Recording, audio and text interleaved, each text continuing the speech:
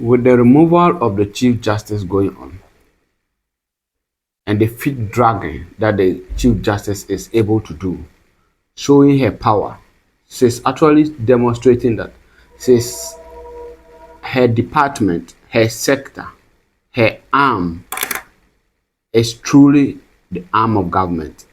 It's truly a third or second arm, okay, second arm, third arm of government.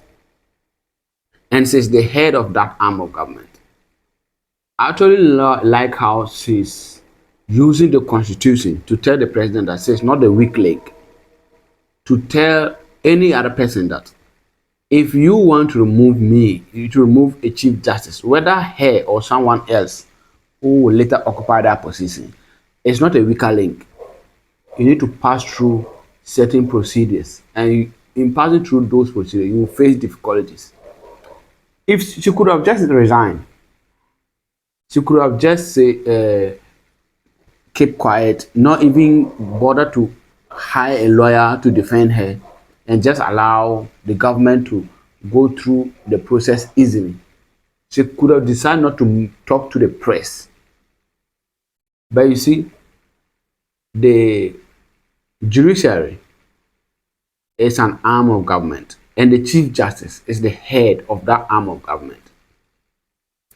Even though we don't vote them, so because we don't vote them, their arm is like the third arm of government.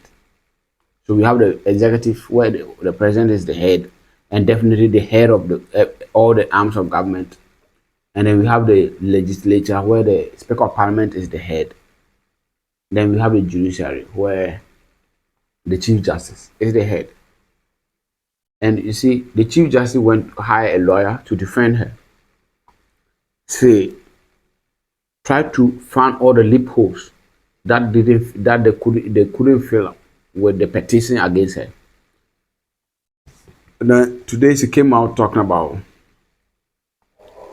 her life being in threat, and then family members and other people, loved ones, tell her to just resign so that she shouldn't pass through all this hard commentary that political people are trying to smear her of. I think it doesn't. Those advising her should stop advising her on those things. The Chief Justice is not just doing it for herself; she's doing it for democracy. This is the first time in our democratic history where a Chief Justice is being removed, where a Chief Justice under the under the way of being removed, her removal processes is being has been initiated, and the processes are ongoing. So I think what she's doing the best thing. I think after her, this is the first time. So maybe the next one, people will already have something to say that, oh, the last one, this particular one, this were the procedure that were followed. And then now, the next one, we know how to do about it. You understand?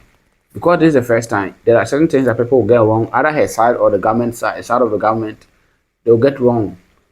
But we are just hoping that even if you are getting something wrong, it shouldn't be that far from right. You understand? Yeah. The chief that I think is doing a good job. Even though I think if the allegations are true, so those are in public, if they are true, then she should go away. But that doesn't mean that she just go easily. She should make sure the rules are followed properly. Because that's a Supreme Court judge. That's a Chief Justice.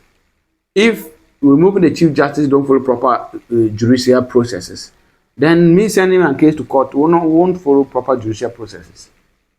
So I think the Chief Justice, what she's doing is the right thing. You might not like her, but this doesn't concern your liking. It concerns democracy. So you can keep your like to yourself. We just want the Chief Justice to make sure the government follow due process. Peace.